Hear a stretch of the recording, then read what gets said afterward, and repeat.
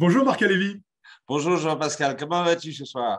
Eh bien, écoute, très bien, et d'autant plus que c'est un moment fort agréable que de pouvoir être en ta présence, donc moment doublement sympa. Alors, d'abord, je vais préciser que l'on se connaît. J'ai eu l'occasion d'assister à plusieurs de tes interventions. Je trouve ta pensée particulièrement fertilisante. C'est pourquoi moi, je suis très heureux de pouvoir proposer aux éditeurs de cette chaîne un bon moment avec toi. Alors Marc, tu te décris comme un philosophe de la complexité. Tu es un philosophe de la spiritualité. Tu as également fait des études rabbiniques qui ont été rapidement réorientées vers la Kabbale. Tu es un scientifique qui a étudié à l'école polytechnique de Bruxelles avec une spécialisation en physique nucléaire. En 1973, tu deviens élève d'Ilya Prigogine, qui est le prix Nobel 77. Avec lui, tu as travaillé sur le développement théorique de la physique des systèmes et des processus complexes. Tu as ensuite appliqué ce savoir aux univers de la prospective, de l'économie et du management. En parallèle, tu as passé un MBA et fait un cursus doctoral complet en philosophie et en histoire des religions aux USA. Tu connais très bien les USA puisque tu as aussi la nationalité états-unienne. Tu as également exercé la profession de manager de crise lors de missions qui se sont étalées sur près de 20 ans. Tu vis aujourd'hui dans notre beau pays, la France, dans le Morvan, et tu as publié près de 120 livres. J'étais impressionné. Tu parles de prospective, de spiritualité, de philosophie. Tu as écrit sur la Kabbale, le taoïsme, la franc-maçonnerie. Alors, parmi tes ouvrages les plus récents et les plus importants, qui sont parus en 2021, alors nous avons Essai de cosmologie complexe aux éditions Laurence Massaro, Où va l'humanité, une philosophie de l'histoire aux éditions Diathéno, et Dieu sait-il ce qu'il fait? Cosmologie, spiritualité. Ça fait penser à la fameuse phrase, c'était Einstein et en face c'était Niels Bohr, non, c'était quelqu'un d'autre, je ne sais plus. Niels Bohr. Niels Bohr, voilà, aux éditions Rouge et Noir. On les trouve dans toutes les bonnes librairies. Est-ce que tu veux ajouter quelque chose à cette présentation? Oui, un tout petit quelque chose parce que tu as souligné quelque chose qui n'est pas fréquent, c'est que j'ai fait un gros cursus en sciences fondamentales, en physique fondamentale, en cosmologie, mais en parallèle aussi en philo. Et en général, quand tu dis ça, les gens disent, mais non, c'est pas possible. Ou bien on est scientifique, ou bien on est philo et lettres. On n'est pas les deux. Eh bien, si j'ai fait ce double parcours et j'en suis, mais tu ne peux pas savoir à quel point ravi. J'ai été encouragé par Elia pour faire ça. Et tu sais, laisse-moi une petite métaphore, c'est j'ai deux jambes pour penser. Et ça, c'est formidable parce que quand tu es cosmologiste, quand tu es physicien, tu as tendance à développer des visions du monde. Mais juste à côté, il y a le philosophe qui dit, mais est-ce que tu es bien sûr de ce que tu racontes, hein? Et ça pourrait pas être autrement. Et tu te bases sur quoi là, hein? Et d'où ça vient ce truc-là? Et ça, c'est génial parce que j'ai des dialogues intérieurs absolument infinis entre ces deux regards qui se complètent magnifiquement bien. Oui, c'est important, ça permet de faire de la science en conscience. Ah oui, voilà, parfaitement, Rabelais, hein, la science sans conscience n'est que ruine de l'âme, oui, c'est vrai. Et tout à l'heure, oui, je parlais du pape de la complexité, c'était bien sûr Edgar Morin que tu cites régulièrement, et Oui. évidemment sur ton fameux site noéthique.eu. Et qui est mon ami, nous sommes amis depuis plus de 20 ans, hein, et il vient de fêter son centième anniversaire. Tu C'est savais merveilleux. ça? Et c'est vrai que c'est aussi un des grands penseurs qui, dans cette crise de Covid, a aussi apporté un regard tout à fait pertinent et intéressant. Et c'est vraiment merveilleux d'avoir son esprit qui fonctionne aussi bien à cet âge-là. C'est remarquable. On rêve tous de ça. Ah oui. Alors, en ce qui me concerne, je m'appelle Jean-Pascal Schaeffer, je suis basé sur Marseille. Mes compétences sont dans le domaine de l'énergie et du numérique. Je m'intéresse également aux questions de citoyenneté et de démocratie. Sur cette chaîne, mon objectif est d'aider nos auditeurs à mieux comprendre les enjeux sociaux et démocratiques. Même s'il est important de bien poser le diagnostic, je propose qu'on s'intéresse aussi beaucoup aux solutions. En particulier, nous comptons sur toi, Marc, pour que les citoyens français, mais aussi francophones, on a beaucoup de francophones qui nous entendent de tous les pays de la francophonie, comprennent bien ce qui se joue et en quoi ils peuvent être acteurs de la suite des événements. Alors, nous allons commencer par nous intéresser à ce qui nous a amené à la situation actuelle. Nous parlerons ensuite des futurs possibles et nous nous intéresserons aux solutions. Alors, pour préparer notre entretien, tu m'as fait passer un document dans lequel tu distingues le paradigme moderne du nouveau paradigme. Alors, un paradigme, pour mémoire, c'est, pour simplifier, donc la façon de voir ou de comprendre le monde. Est-ce que tu voudrais tout d'abord nous expliquer ce que tu entends par le paradigme moderne? Alors, oui, tu viens de rappeler une définition, elle est importante. C'est avec une petite nuance, moi j'ai tendance à dire que le paradigme, c'est en fait l'ensemble des fondamentaux sur lesquels une société fonctionne à un moment donné. Elle s'organise d'une certaine manière, elle a ses préférences, elle a ses regards, ses grilles de lecture sur le monde, tu l'as rappelé. Ben, tout ça ensemble, c'est un paradigme. Et juste pour l'illustrer pour tes auditeurs, il est évident que si tu te mets dans les chaussures de Socrate à Athènes, tu n'es pas dans le même paradigme que si tu es dans les chaussures de Du Guesclin au Moyen-Âge ou de Pasteur au 19e siècle. Hein, ce n'est pas du tout les mêmes visions du monde. Donc, les historiens avec qui on a beaucoup travaillé nous disent, ben voilà, l'histoire, c'est une succession de paradigmes. Alors, il y a des choses tout à fait ahurissantes qu'on a appris. On a travaillé pendant presque 4 ans avec des historiens pour essayer de voir si l'histoire pouvait coller avec la physique des processus complexes, et la réponse est oui. En fait, c'est une succession de paradigmes, je disais, et la durée de vie moyenne d'un paradigme, c'est 550 ans en moyenne. Et c'est relativement stable. Et on l'a vu pour l'histoire européenne, pour l'histoire chinoise, pour l'histoire indienne, et on a été un peu plus loin après, notamment chez les précolombiens. Eh ben, on retrouve ça. On retrouve cette durée de vie paradigmatique de 550 ans. Donc, si tu regardes l'Europe, et si on dit qu'on est en train de changer de paradigme maintenant, eh ben, 550 ans en arrière, tu arrives à la Renaissance, passage de la féodalité à la modernité. 550 ans avant, c'est la fin du rêve carolingien. 550 ans avant, c'est la chute de l'Empire romain. Et 550 ans avant, c'est les légions romaines qui envahissent le berceau de la philosophie et qui mettent à plat le monde des cités grecques. Donc, tous les 550 ans, comme ça, il y a une rupture importante qu'on appelle une mutation paradigmatique, mais peu importe les mots techniques, ça n'a pas tellement d'importance. Et alors là, tu me dis maintenant, oui, mais le paradigme moderne, bah oui, je sais que c'est dommage d'employer ce nom-là, mais on n'a pas le choix, dans la mesure où les historiens parlent de la modernité à partir de la Renaissance, parlent des temps modernes à partir de la Renaissance. Donc nous sommes dans le paradigme moderne, ce qui en soi est un peu absurde. Je comprends bien ton embarras devant cette expression. Donc voilà, nous sommes dans un paradigme qui est fondé sur des fondamentaux, comme tous les paradigmes. Et quels sont-ils plutôt ces fondamentaux? En gros, la modernité a inventé les États-nations souverains. Elle a inventé le rationalisme avec même une tendance scientiste au 19e siècle. Elle a inventé l'humanisme et l'universalisme qui va avec. Elle a inventé, je ne sais pas si on peut appeler ça comme ça, la social économie, donc l'économie qui se développe et qui est devenue industrielle, mais avec une dimension sociale et une dimension d'économie de masse qui était importante. Elle a accéléré un processus de désacralisation, hein, où on a pris de plus en plus de distance par rapport au sacré, par rapport aux religions, et un processus qui va avec de déspiritualisation, où la spiritualité a joué de moins en moins de rôle, et où c'est la loi des États qui a prévalu sur l'éthique de l'âme, si je puis m'exprimer comme ça. Gros processus d'urbanisation. Aujourd'hui, les grandes villes sont toujours les centres du monde moderne. L'industrialisme, bien sûr, hein, qui a commencé à la Renaissance. Parce qu'on croit toujours que le modèle industriel est né au début du 19e siècle, c'est pas vrai. Hein. Les premières usines de production de masse, c'est dans le nord de l'Italie au 16e siècle. C'est un paradigme aussi qui quelque part, idolâtre la vitesse et la mobilité. Il faut bouger, il faut aller ailleurs, il faut y aller vite.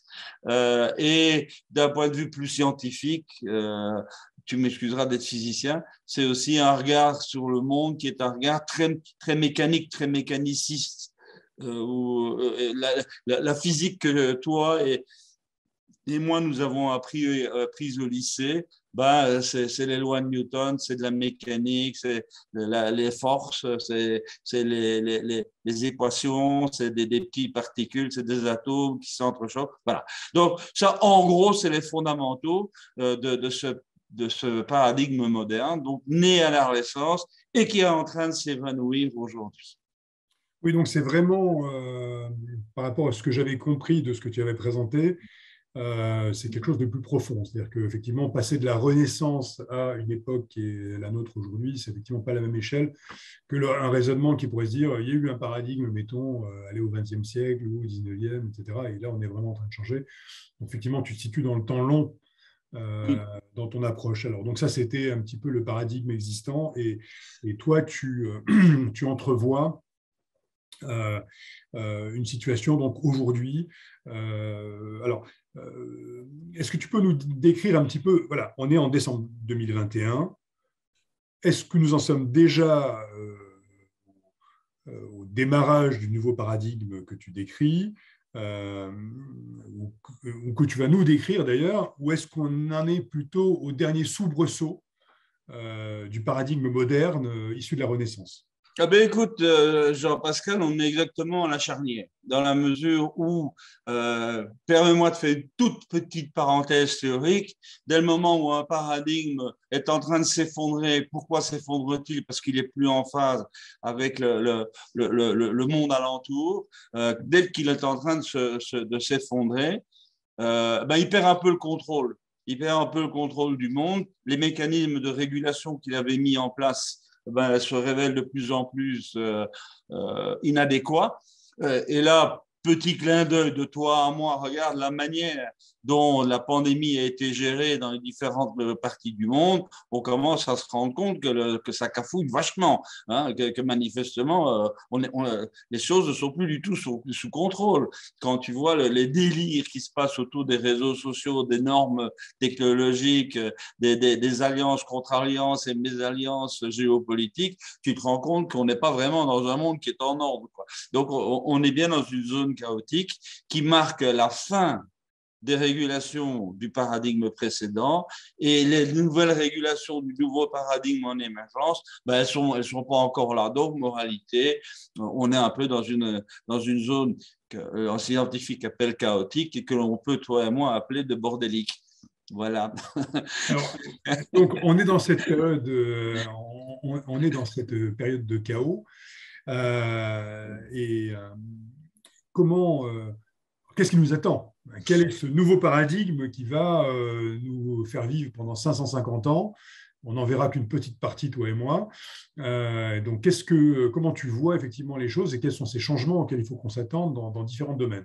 Bon, alors pour ça, et je ne vais pas t'embêter avec de la théorie, bien entendu, hein, mais quand on étudie les processus complexes, et Dieu sait si le système socio-économique humain est un processus complexe qui dure depuis des milliers d'années et qui a évolué entre zones de stabilité et zones plus chaotiques, ben, pour comprendre ce que c'est qu'un paradigme, il y a 5 dimensions. Je te passe le détail, je pense que ça ne va pas passionner tes auditeurs. Mais c'est du bon sens, quelque part. Alors, on va regarder chacune de ces dimensions, et il y a un théorème qui dit qu'un paradigme meurt dès le moment où il y a une rupture profonde et irréversible sur chacune des dimensions. Ben, regardons-les, voyons ce que ça donne. Hein.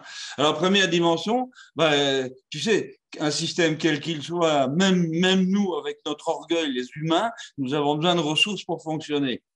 C'est ce qu'on appelle la dimension écologique, mais pas dans le sens militant et idéologique, bien sûr, c'est dans le sens scientifique, la science de l'écologie. Au niveau des ressources, là, la rupture, c'est quoi? C'est que nous ne sommes plus dans une logique d'abondance et nous sommes rentrés dans une logique de pénurisation. Et je pense que la pandémie ne fait que le montrer tous les jours un peu plus avec l'évolution des prix des denrées de base, de l'énergie, etc., etc. Nous ne sommes plus dans l'abondance. Alors, qu'est-ce qu'on fait? Eh bien, voilà, si on continue comme avant, c'est-à-dire dans la logique d'abondance, on va vers l'épuisement des ressources et on va vers des temps qui vont être très, très, très, très, très durs. Quelle est la réponse du nouveau paradigme à ça? c'est de dire, ben voilà, nous sommes dans un monde en voie de pénurisation, apprenons à vivre autrement. Et le premier mot magique que je voudrais te proposer, c'est le mot frugalité. C'est un joli mot. Moi, j'ajoute toujours la frugalité joyeuse, dans la mesure où ce n'est pas l'hyperconsommation qui rend heureux, c'est le fait d'avoir ce qui est utile au bon moment et de pouvoir l'utiliser avec plaisir. Ça, c'est la frugalité. Donc, dans tout ce qu'on fait, faire moins mais mieux, la frugalité. Deuxième dimension, ben celle-là, c'est les outils, c'est-à-dire c'est la dimension technologique. Voilà, c'est un secret pour personne. On a quitté la civilisation mécanique et on est rentré dans la civilisation numérique. Et cette civilisation numérique, elle a commencé dans les années 70 pour les entreprises, à tout le moins. Et là, qu'est-ce qui se passe aujourd'hui? Qu'est-ce qu'on voit? Ben, qu'il y a une espèce, on en reparlera d'ailleurs peut-être tout à l'heure, il y a une bifurcation qui est en train de se faire, c'est qu'il y a le mauvais numérique, il y a le bon numérique, pour faire trop simple. Hein, avec le mauvais numérique, et, par exemple les réseaux sociaux ou Netflix, ou tout ce matraquage te tombe sur la tête tout le temps, tout le temps, tout le temps, t'amènera quelque part à une espèce de crétinisation du monde humain, hein, qui va devenir l'esclave consentant d'un système algorithmique qui va décider tout à sa place. Moi, évidemment, c'est pas ça que je veux. Moi, ce que je veux dans le nouveau paradigme, c'est de monter le niveau d'intelligence technologique et de ne prendre dans la technologie que ce qui est vraiment libératoire pour l'homme et positif pour l'homme, et de laisser le reste. Donc, deuxième dimension. Troisième dimension, j'essaie d'aller le plus vite possible. Elle concerne les organisations. Ben, là, il n'y a pas photo. C'est évidemment clair. Le modèle organisationnel depuis fort longtemps, et spécialement pendant la modernité, c'est la pyramide hiérarchique. Regarde autour de toi, regarde les États, regarde les administrations, regarde les grosses entreprises. Elles sont toutes organisées selon un modèle de pyramide hiérarchique qui, pour des tas de raisons qu'on pourrait démontrer, est un modèle qui est beaucoup trop pauvre pour répondre au nombre croissant d'interlocuteurs et au nombre croissant de sollicitations qui viennent de ce monde de plus en plus complexe qui nous entoure. Donc, nous devons changer de modèle et on n'a pas le choix. Et mathématiquement, ça peut se démontrer. Il faut quitter le modèle pyramidal hiérarchique et rentrer dans un autre modèle que nous connaissons tous les deux, c'est le modèle de fonctionnement en réseau. Et le modèle de fonctionnement en réseau est beaucoup plus riche, beaucoup plus complexe, beaucoup plus intéressant, mais infiniment plus difficile à gérer. Donc, si on ne le fait pas, ben, on va avoir des organisations de plus en plus sclérosées. Et si on le fait, il faut accepter les choses. Et ces choses-là, elles ne sont pas naturelles. Les choses qu'il faut accepter, dans un réseau, chaque entité est autonome. Et que dans un réseau, il y a le principe de subsidiarité qui joue. C'est-à-dire que les directives ne viennent pas d'en haut et appliquées en bas. C'est quand il y a un problème en bas, c'est ceux d'en bas qui doivent résoudre le problème et qui, s'ils n'y parviennent pas, vont faire appel aux experts ou aux autorités qu'on met à leur disposition. Donc, ça change complètement le mode de fonctionnement des organisations. Alors, quatrième rupture, ben celle-là, elle tourne autour de la notion de richesse, si on veut. Si tu veux bien regarder le modèle économique qui s'est mis en place pendant la modernité, c'est un modèle économique qui s'est industrialisé très très fort et très très vite dès le début du 19e siècle, mais qui existait déjà avant et qui est basé sur deux choses. C'est la production et la distribution de masse, d'une part, et c'est une logique au prix minimum, au prix le plus bas possible. Ben oui, forcément, si tu veux vendre beaucoup, tu dois avoir le prix le plus bas que tes concurrents, ce qui permet à ce cercle vertueux de se mettre en place. Le problème est que ça arrive à des limites, tout ça, et qu'à un moment donné, ben, on se dit, c'est bien gentil d'acheter beaucoup, beaucoup de choses au prix le plus bas possible, mais si ces choses ne sont pas de bonne qualité, ne me sont pas utiles, ne répondent pas à mes besoins, ben, ça ne sert à rien. Donc, autrement dit, on est en train de basculer dans une autre logique économique qui est la logique non pas du prix, mais la logique de la valeur d'utilité ou de la valeur d'usage. Mais pour augmenter cette valeur d'usage, ben, il faut faire un effort. Si on ne le fait pas, on va avoir une médiocrisation généralisée de tous nos produits, de tous nos circuits. Si on le fait, il faut développer un quatrième mot magique que je trouve fabuleux, c'est le mot virtuosité. Il faut que nous devenions virtuoses. Qu'est-ce que c'est un virtuose? Un virtuose, c'est quelqu'un qui atteint des niveaux d'excellence tels qu'il est peut-être parmi les rares à pouvoir réussir quelque chose que les autres ne savent pas faire. Et juste un petit clin d'œil économique en passant, si effectivement tu es un virtuose, ce dont je ne doute pas un instant, cher Jean-Pascal, si tu es un virtuose et que tout le monde a besoin de ce que tu proposes, ben évidemment, c'est toi qui décides les prix. C'est plus le marché qui décide les prix, c'est toi. Et si tu le décides, ça veut dire que tu peux restaurer tes marges convenablement et fonctionner sur une autre logique qui n'est plus de masse et qui n'est plus de prix bas. C'est ce qu'on est en train de vivre dans toute une série de secteurs. Et enfin, la dernière rupture, et celle-là pour moi, elle est très, très importante. Tu as eu la gentillesse de dire tout à l'heure que je m'étais occupé beaucoup de philosophie, d'histoire, des religions et des spiritualités. Bon, oui, le XXe siècle, ça a commencé au XIXe siècle, hein, mais le XXe siècle a été un siècle nihiliste qui a balayé toute forme de sacralisation, qui a balayé toute forme de spiritualité, et on se rend compte que c'est une impasse. Que ce nihilisme, c'est tout se vaut, rien ne vaut, il y a une espèce de perte de sens totale dans l'existence et de perte de valeur dans la relation à l'autre. Et ça, manifestement, aujourd'hui, c'est une demande incroyable. C'est vraiment une demande incroyable dans la mesure où il suffit d'aller dans une grande librairie et tu vois les pans entiers de livres qui sont édités sur philosophie, religion, ésotérisme, spiritualité, tout ce que tu veux. Il y en a plein. Il y en a plein, plein, plein. Hein, moi, quand j'ai commencé mon doc en 74 ou 75, je ne sais plus, il y avait quasiment rien. Ça intéressait personne, ce truc-là. Donc, autrement dit, cette notion est vraiment fondamentale aujourd'hui, notamment sur les marchés de l'emploi avec les plus jeunes générations montantes. C'est l'exigence de sens. Je veux bien travailler avec toi, Jean-Pascal, à la condition que tu donnes du sens et de la valeur à ce que je fais avec toi. Donne-moi du sens. Et puis après, on discutera du reste. Mais donne-moi d'abord du sens. Donc, c'est vraiment cette notion de spiritualité, d'une démarche vers le sens. Voilà, c'est les cinq grandes ruptures avec les 5 mots-clés que je répète très vite. La frugalité, l'intelligence technologique, l'autonomie et la subsidiarité, la virtuosité et la spiritualité. Et j'ai été le plus vite possible. Ah ouais, non, c'est super, c'est bien, c'est vraiment très dense et merci à toi pour ça. Alors, je vais prendre un des thèmes sur lesquels je me pose beaucoup de questions. Après, on va éventuellement développer, mais typiquement, on prend le fait que tu dis, voilà, la pyramide, ça ne marche plus, on doit fonctionner, évoluer vers un système de réseau.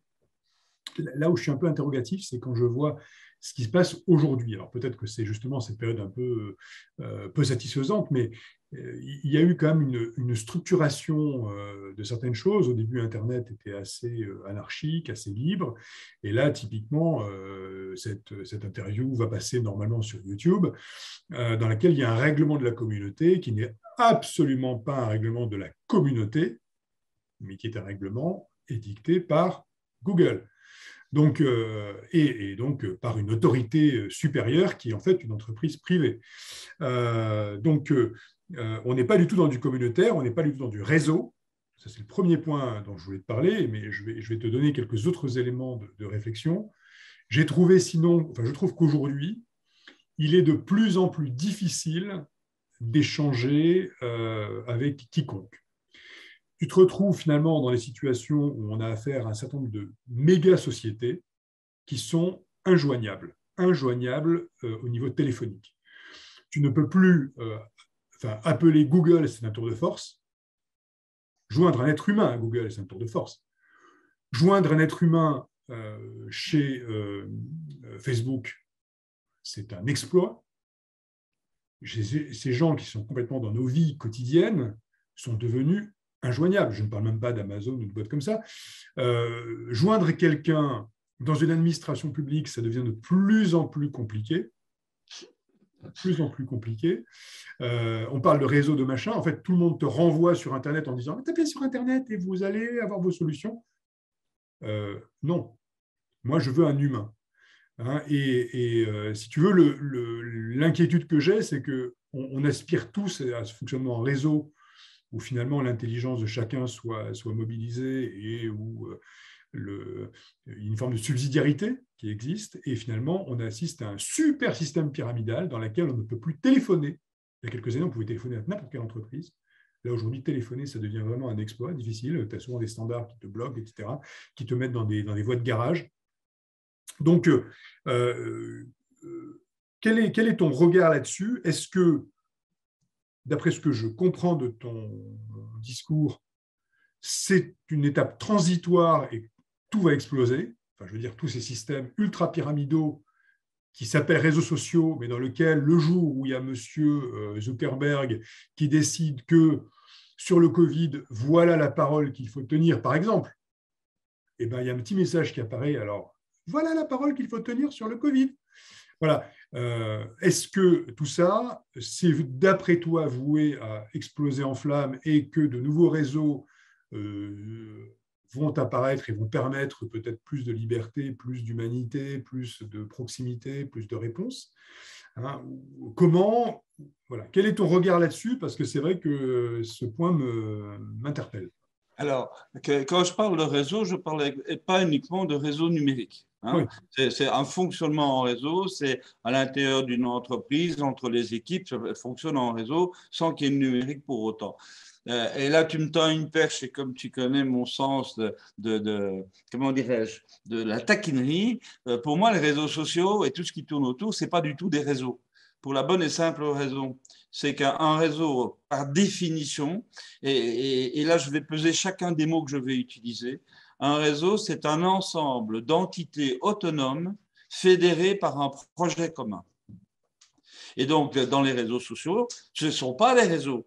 Les entités ne sont pas du tout autonomes, d'une part, et de deuxième part, il n'y a pas du tout de projet commun.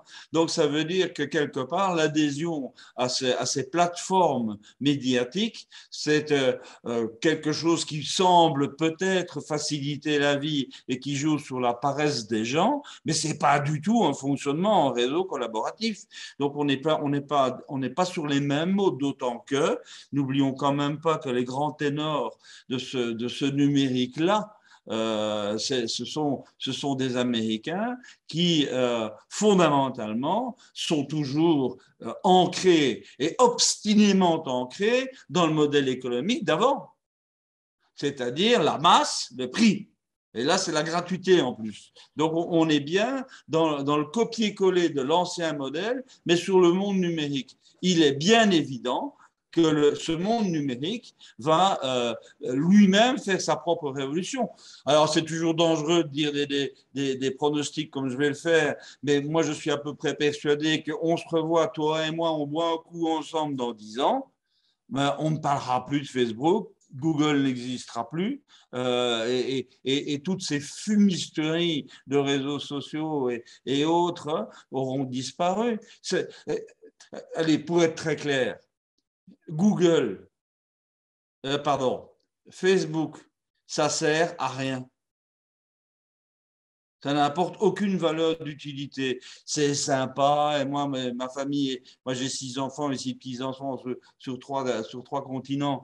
Ben, oui, c'est toujours sympa de les voir dans une conversation comme ça. Mais fondamentalement, ça n'apporte aucune valeur d'utilité. Ça n'est que de la valeur de plaisir. Mais tu ne construis pas une économie mondiale sur la valeur de plaisir.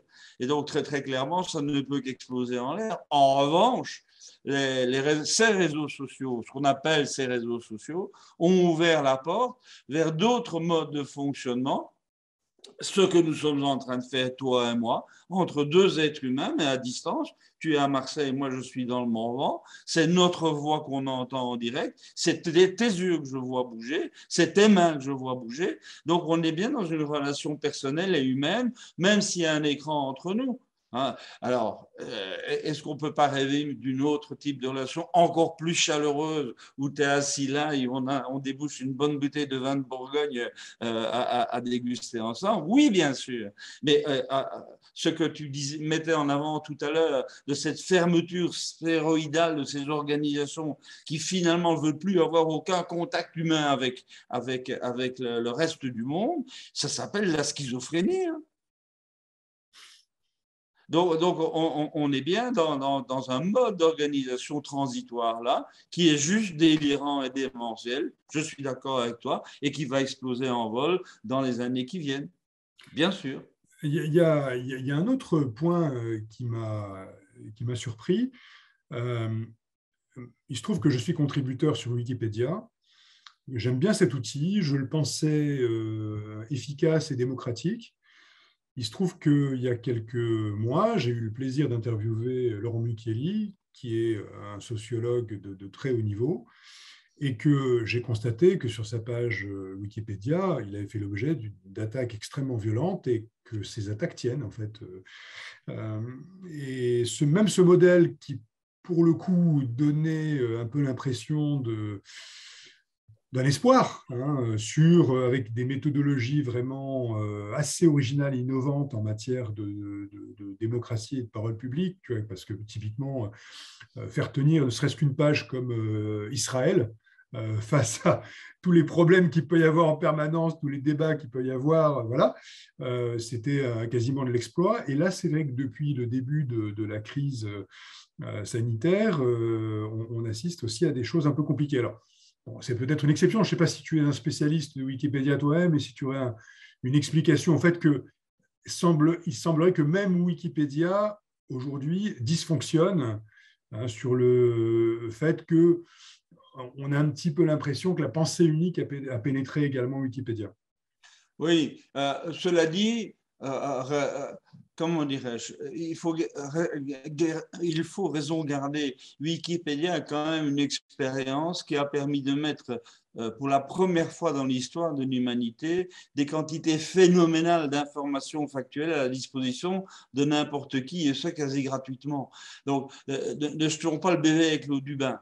Maintenant, ce qui est tout à fait vrai, c'est qu'il y a des attaques personnelles, qu'il y a des corrections qui ne passent pas. Par exemple, j'ai essayé, je suis aussi contributeur de temps en temps sur Wikipédia, et il y a quelque chose qui m'énerve, c'est l'étymologie qu'on donne du mot algorithme.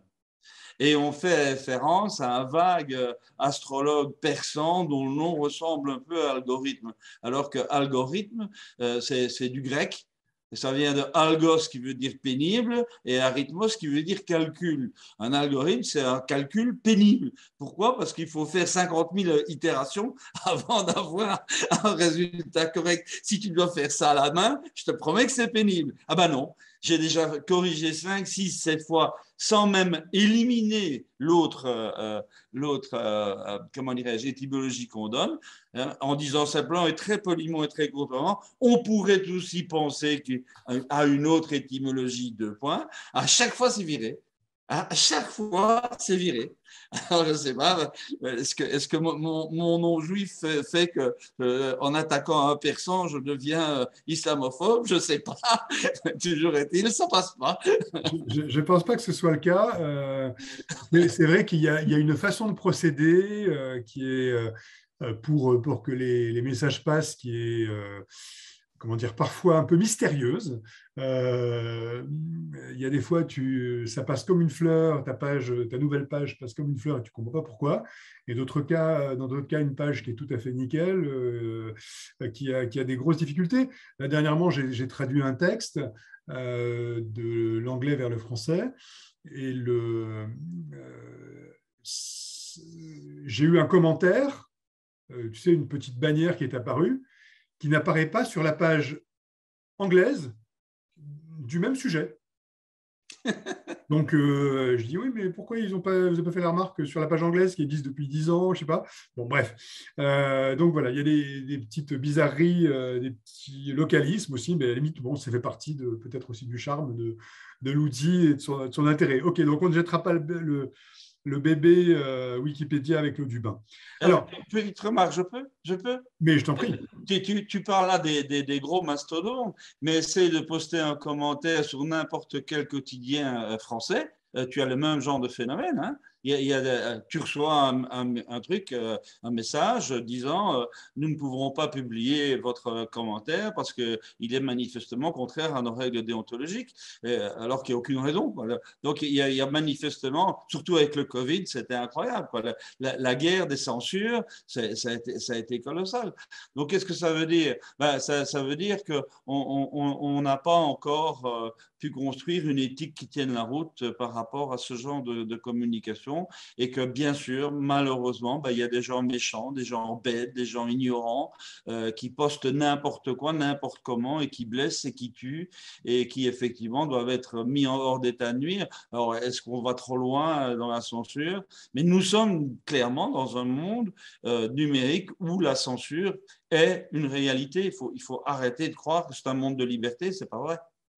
Oui, ça, je pense qu'on s'en est tous rendu compte. Là, il y a eu quand même beaucoup, beaucoup de changements récemment. Alors, sur l'exemple que tu donnais, il y a quand même quelque chose qui apparaît, c'est que au tout début, il me semble que les commentaires étaient assez libres et que petit à petit, ça s'est recentré sur les seuls abonnés. Donc, typiquement, voilà, si tu n'étais pas abonné à tel ou tel média, déjà, tu ne pouvais pas trop passer. Et si tu étais abonné, là, tu pouvais peut-être commenter, mais avec le risque de la censure quand même.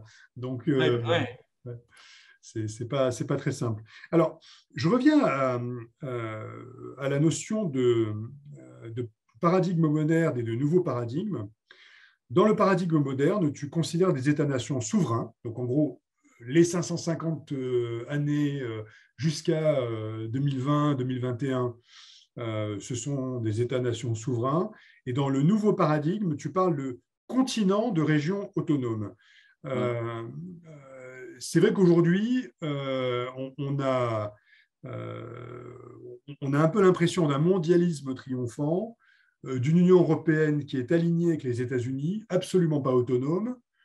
Expérience vécue aujourd'hui, je suis allé ouvrir un compte bancaire à la banque postale et que se passe-t-il? On me fait signer un papier comme quoi je ne suis pas citoyen états-unien. Tout ça parce que les Américains, à travers leur IRS, veulent récupérer tout l'argent des citoyens américains de par le monde. On imagine bien qu'une telle mesure n'existe pas dans le sens inverse et qu'aux États-Unis, quand tu ouvres un compte bancaire à l'équivalent de la banque postale ou je ne sais pas, hein, on ne te demande pas de dire que tu n'es pas citoyen allemand, français, turc, serbe, etc. Voilà. Enfin, bref, euh, période de trouble aujourd'hui, c'est ce que tu as dit, mais comment tu penses qu'on va aller vers cette transition donc d'État, en tout cas, enfin, de continent, de région vraiment autonome? Alors, j'aimerais commencer par remettre ça dans son contexte, si tu veux bien.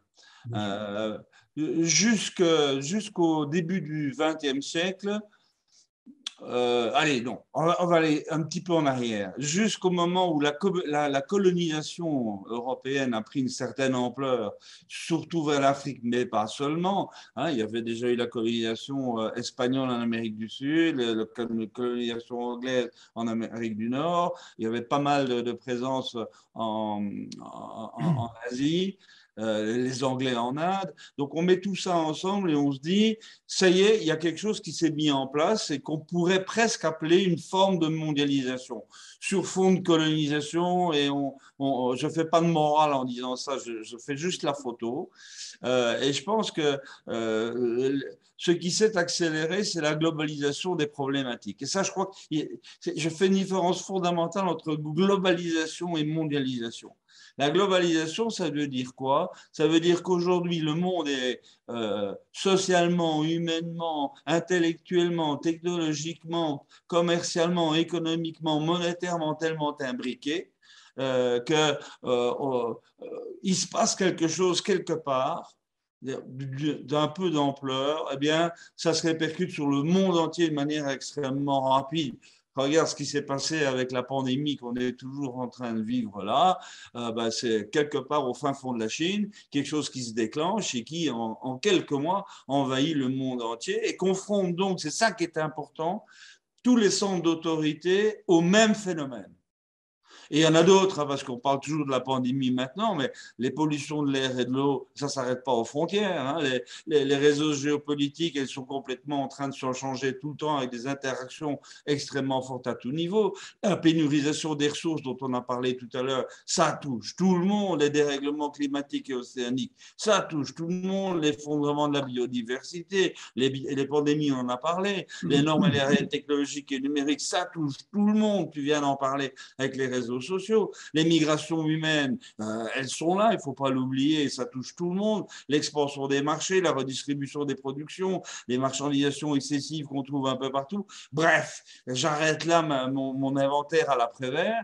Je dis simplement que ces problématiques sont aujourd'hui globalisées. Et le rêve a été, à la fin de la Deuxième Guerre mondiale, notamment avec la création de l'ONU, le rêve a été de dire on a tous les mêmes problèmes, et bien on va se mettre d'accord pour trouver tous les mêmes solutions et les appliquer. Et c'était ça le début de la mondialisation. Et ça n'a pas marché. Ça n'a évidemment pas marché parce qu'il est évident que les intérêts locaux entrent en contradiction avec les solutions communes et unanimes et que partout ça a foiré et qu'il y a des zones entières de la Terre qui ne jouent pas le jeu, qui trichent. Moi, j'ai bien connu évidemment la période de l'URSS et la période de la Chine maoïste. Hein, il était extrêmement clair que là, l'ONU servait à pas grand-chose, sinon à rien du tout. Voilà. Donc tout ça pour dire que ce rêve de la mondialisation, quelque part, il reste joli sur papier, mais il ne fonctionne pas dans la pratique. Alors, c'est quoi l'alternative? Retourner aux États-nations souverains? Qu'est-ce que tu veux qu'un pays comme le Luxembourg ait comme possibilité comment dire, de faire évoluer les problématiques globalisées mondiales, hein? Et quand je prends le Luxembourg, c'est un clin d'œil pour mes amis luxembourgeois, mais la France, c'est la même chose. C'est-à-dire, les États-nations tels qu'ils existent aujourd'hui sont beaucoup trop petits pour pouvoir vraiment peser dans la balance des grandes décisions concernant les solutions appliquées aux problèmes globalisés. Il y en a qui l'ont compris et l'histoire les a aidés d'ailleurs. Hein. Donc tu as aujourd'hui des continents faits. L'Amérique du Nord est un continent fait. Et j'ai vécu beaucoup aux États-Unis, mais aussi un peu au Canada. Tu l'as peut-être fait aussi. C'est le même continent, c'est le même raisonnement, c'est la même grille de lecture. Quand tu vas en Extrême-Orient, bien sûr, et à la Chine, qui a un passé idéologique et politique extrêmement lourd et compliqué, dont les autres ne veulent peut-être pas, mais fondamentalement, la grille de lecture du monde, c'est la même partout, que tu ailles au Vietnam où j'ai été, au Cambodge, en Chine, ou en Corée du Sud, ou voire même au Japon, on sent bien que c'est la même culture, c'est le même regard, c'est le même type d'aspiration. Donc, j'essaie de dire simplement que cette continentalisation, et je ne suis pas Huntington, je ne suis pas en train de parler de la guerre des religions à l'échelle terrestre. Je dis simplement que culturellement parlant, on vit ici en Europe et l'Europe, ça a un sens. L'Europe, sur l'histoire longue, c'est l'Empire romain, c'est la christianité. Et je ne suis pas chrétien, mais évidemment, l'Europe a des racines chrétiennes profondes qui unissent à peu près tous les Européens, même s'ils ne sont pas croyants, même s'ils ne sont pas pratiquants. Leurs racines sont là. Donc, tu mets tout ça ensemble et tu te dis qu'il y a un certain nombre de continents qui sont en train de se mettre en place et qui ont à peu près la même taille, donc qui peuvent discuter entre eux s'ils parviennent à établir leur souveraineté par rapport aux autres. Et souveraineté, ça ne veut pas dire le goût de la guerre, ça ne veut pas dire le goût du conflit, ça veut juste dire, voilà, ici c'est chez moi et moi j'ai envie de faire ça comme ça. Et vous dites-moi un peu comment vous avez envie de faire ça chez vous et comment on peut s'entendre. Et donc moi je crois qu'il y a là un certain nombre de continents qui sont en train de se mettre en place, plus ou moins lentement, mais je pense qu'il n'y a pas le choix. Ou bien alors, hein, c'est toujours what if, si ça ne se fait pas, eh bien, par exemple, l'Europe, qui a quand même des tendances aujourd'hui anti-européennes, anti-unionistes en tout cas, avec les pays illibéralistes du genre Hongrie, Pologne et quelques autres, on voit bien que si on ne parvient pas à se fédérer convenablement et intelligemment, l'Europe va devenir le paillasson des continents déjà constitués, par exemple les États-Unis, par exemple la Chine et tout ce qui tourne autour, ou l'Islamiland, qui est aussi un continent quelque part.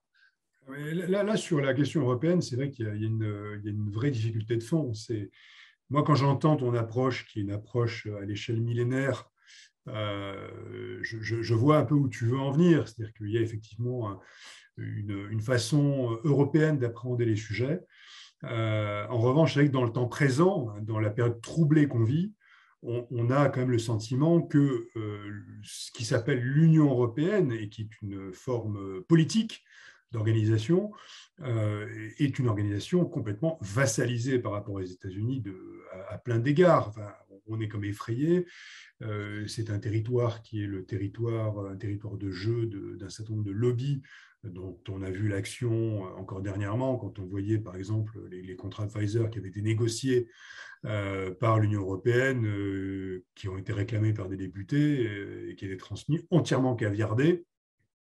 Impossible d'en prendre connaissance correctement. Voilà, donc juste cet élément peut-être de nuance par rapport à la vision que tu décris, hein, et peut-être que, enfin, si tu as une observation à me faire, n'hésite pas, mais moi j'ai un peu le sentiment que beaucoup d'Européens, hein, aujourd'hui, sont mécontents de l'Europe, je dirais, telle qu'elle a évolué, avec un certain nombre d'acteurs qui ont, je dirais, qui aujourd'hui sont plus au service de la haute finance et des grands intérêts capitalistiques, notamment d'entreprises américaines. Excusez-moi, mais juste un exemple tout simple. Aujourd'hui, en Europe, au sein de l'Union européenne, qui a acheté le Rafale? Je crois qu'il y a un exemple, c'est la Grèce, ça s'arrête là.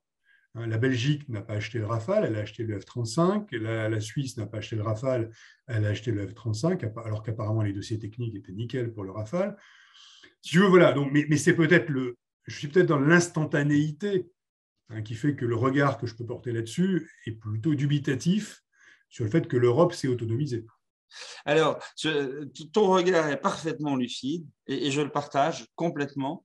Je voudrais simplement répondre pas répondre, compléter par deux phrases. La première, c'est ma conviction que nous n'avons pas le choix.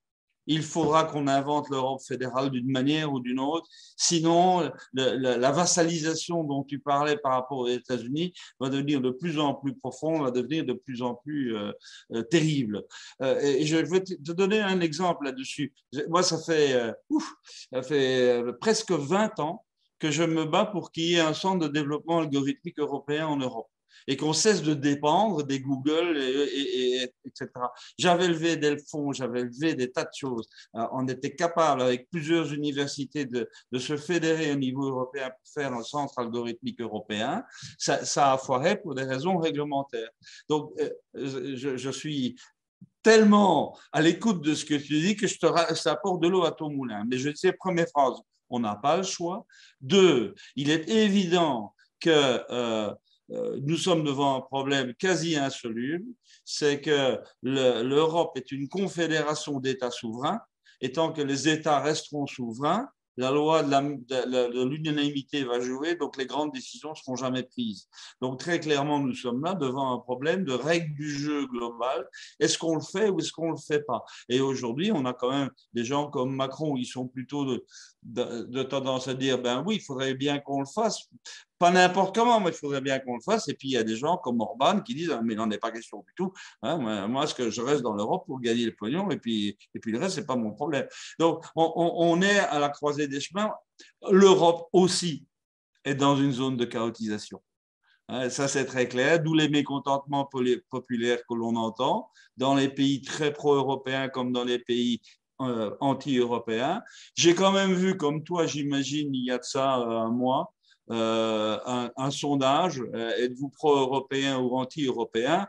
61% des Européens de l'Union européenne considèrent quand même aujourd'hui que l'Union européenne est un outil d'avenir absolument indispensable. C'est quand même rassurant. Hein? Est-ce que tu aurais une vision sur la façon dont l'Europe pourrait se réformer? Parce que plus d'Europe dans une Europe qui dysfonctionne et qui ne donne pas la parole aux citoyens, avec d'ailleurs une Commission européenne qui n'est pas élue, hein, et qui a des pouvoirs considérables, c'est souvent perçu comme un problème. Donc, comment est-ce qu'on pourrait transformer cette structure qui aujourd'hui est très mal vue par beaucoup d'acteurs et qui lui reprochent son côté extrêmement distant, voire dangereux, voire au service souvent de l'industrie et des grandes puissances économiques, notamment des puissances de l'argent. Comment faire en sorte que, je dirais, on reconstitue quelque chose, on reconstitue un projet européen dans lequel on ait confiance? Ah, c'est la question qui tue, ça. Allez, je te réponds en te disant ce dont moi je rêverais. Est-ce que pour autant ça puisse se faire? J'en sais rien. Et si ça peut se faire, est-ce que ça pourra être fait à temps pour sauver les meubles avant que tout s'effondre? J'en sais rien non plus. Hein. Ce que je crois vraiment, et je vais probablement choquer énormément de gens en disant ce que je vais dire, c'est que les États-nations souverains sont des inventions extrêmement récentes. C'est à la fin du 19e siècle qu'on a inventé les États souverains, alors que depuis bien plus longtemps que cela, il y a des appartenances régionales fortes. Je rêve, I had a dream, hein, je rêve d'une Europe qui devienne un réseau de régions autonomes, où la démocratie s'épanouissent au niveau régional, mais avec un système de gouvernance qui est un système de gouvernance de type technocratique pour résoudre des problèmes techniques, mais qui ne se mêle surtout pas ni d'économie, ni de social, ni d'évolution culturelle. Hein, donc voilà, ça c'est ce dont je rêve, parce qu'on ne vote bien que pour quelqu'un qu'on connaît. Et que moi j'ai un plaisir, quoique n'étant pas française, j'ai un plaisir fou à m'inscrire dans la vie de mon village et à voter pour mon maire parce que je le connais, parce qu'on se connaît, parce qu'on boit un coup ensemble, parce qu'on discute. Et parfois on dispute, mais peu importe, c'est quelque chose que tu vis. Ça, c'est la démocratie vécue qu'on appelait à l'époque le communalisme. On est bien en commun dans quelque chose. L'Europe, si elle devient un réseau de régions autonomes, peut à ce moment-là avoir en même temps des solutions globales qui sont techniques et qui finalement n'intéressent guère le citoyen de base qui, il faut bien s'en rendre compte aussi, n'a pas toutes les connaissances qu'il faut pour avoir un jugement de qualité. En revanche, ce même citoyen de base, eh ben, lui, il sait parfaitement bien qui sont les gens avec qui il travaille, avec qui il va voter, avec qui il va pouvoir discuter pour l'évolution de sa région. Donc moi, je pense que là, on est dans quelque chose qui est pas mal. Est-ce que ça veut dire que l'État-nation n'a plus aucun rôle?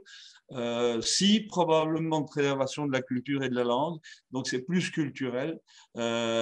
Je pense qu'il y a des patrimoines nationaux qu'il faut préserver et qu'il faut pouvoir faire monter en puissance et en beauté, mais je pense que les États souverains nationaux ne doivent surtout plus s'occuper de la réalité vécue au niveau économique, social, culturel et technique et technologique, et que ça doit être vraiment beaucoup plus régionalisé, mais de manière coordonnée par un système de gouvernance. Ça, c'est l'Europe dont je rêve. Maintenant, je répète les deux questions. Est-ce que c'est possible? Je ne sais pas. Et si c'est possible, ce sera quand? Je ne sais pas.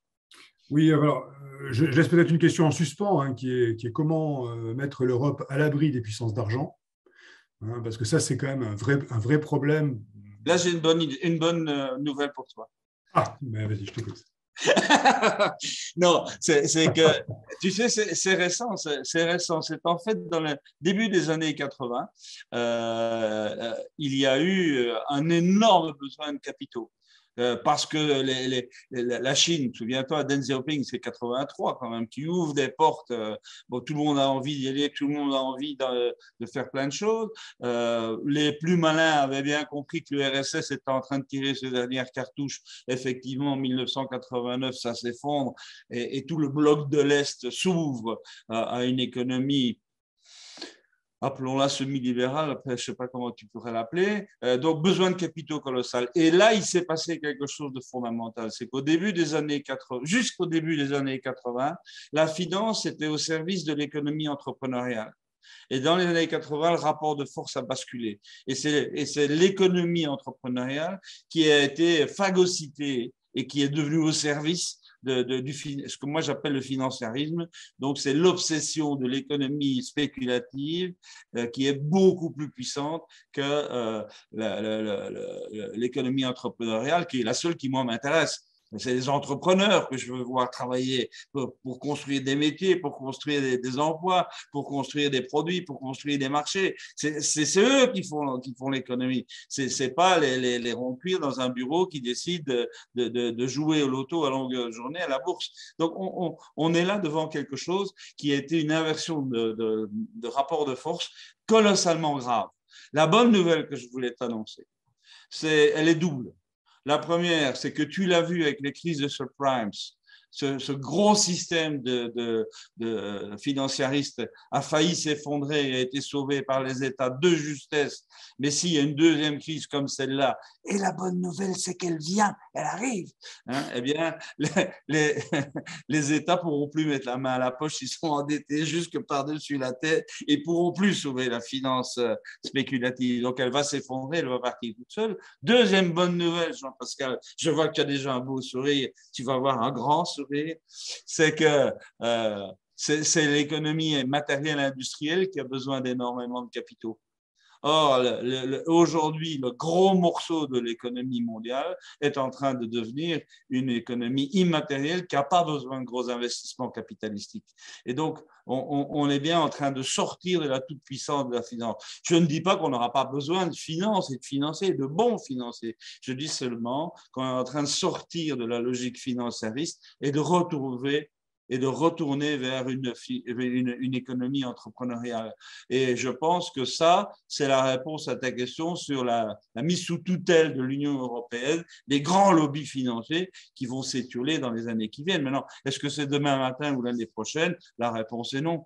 Ce sont des processus longs, mais je crois que dans les 10-15 ans, je te refais l'invitation. On se retrouve, on se boit un verre et on en parle. À l'échelle de ta pensée et de l'histoire, c'est peut-être dans 200 ans. Donc, écoute, on verra. En tout cas, on espère voir les choses évoluer. Alors, concernant la Chine, c'est un État qui a un positionnement un petit peu différent, qui, semble-t-il, a aujourd'hui une sorte de volonté de domination mondiale qui semble assez nouvelle par rapport à son histoire millénaire. Historiquement, la Chine, c'est un empire de milieu, et en gros, en dehors de la Chine, il n'y avait rien d'intéressant pour les empereurs et les populations chinoises. Aujourd'hui, on voit qu'il y a un État qui est extrêmement pointe sur le contrôle social, qui a des moyens absolument considérables qui sont déployés sur l'intelligence artificielle, qui n'ont pas d'équivalent ailleurs dans le monde. Donc, comment est-ce que tu vois ce positionnement de la Chine? Est-ce que tu penses que cette dimension impérialiste soit, comment dire, une sorte d'erreur de jugement de l'Occident, et que la réalité, c'est plus un objectif de leadership commercial et pas un leadership politique? Voilà, comment est-ce que tu vois le positionnement de la Chine dans ce concert des nations mondiales? Bien, ça c'est une belle question. Je ne suis pas un spécialiste de la Chine. Donc, le taoïsme que tu es. Oui, j'ai été considéré comme un très bon spécialiste du taoïsme. Le taoïsme, je te rappelle, il est né au 6e siècle avant Jésus-Christ. Donc, la manière dont je vois l'évolution de la Chine au niveau géopolitique est la suivante. Ce qui a fait le malheur de la Chine, c'est de commencer à importer des gros produits européens. Et le plus gros produit européen que la Chine a importé, ça s'appelle le marxisme. Et ça, c'était une erreur colossale. Et donc, le maoïsme a en fait cassé complètement la Chine, a cassé complètement la tradition chinoise, notamment de non-impérialisme, a complètement cassé les élites chinoises et l'intelligentsia chinoise, notamment taoïste. Et donc, la révolution culturelle a été une horreur. Le grand bond en avant a été la plus grande famine mondiale. Enfin bon, Mao Zedong a clairement mis la Chine par terre. L'étape suivante, c'est 1983. De Deng Xiaoping, si tu veux bien t'en souvenir. Deng Xiaoping qui, sans remettre en cause le pouvoir du Parti communiste chinois, invente un truc qui peut pas tenir la route. C'est un totalitarisme communiste au pouvoir, mais qui ouvre toutes les portes au capitalisme international en dessous. Hein, donc, il y a comme qui dirait une contradiction dans les termes là. Mais n'empêche, à ce moment-là, la Chine est exsangue.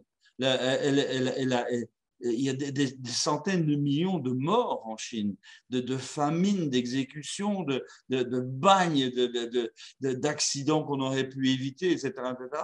Donc, c'est un immense pays d'une pauvreté mais colossale, avec des morts et des morts et des morts à tous les coins de rue. Donc, Deng Xiaoping fait rentrer l'argent occidental, et en profite pour essayer de remettre une économie chinoise en route. Et comme tu le sais, quand tout est détruit, c'est plus facile de reconstruire que quand il y a déjà beaucoup de choses qui sont en place. Donc effectivement, il a lancé là une dynamique incroyable qui était à la fois salvatrice pour le peuple, hein, en disant oui, on peut se reconstruire. Oui, regardez, et l'argent vient. Donc l'argent, on va pouvoir l'utiliser à se construire. Et derrière, il y a quand même un peu de ressentiment, et ce sera notre revanche. Parce que là, tous les autres, là, eh bien, ils nous ont écrasés, ils nous ont laissé crever. Eh bien, là, maintenant, on va leur montrer de quoi on est capable.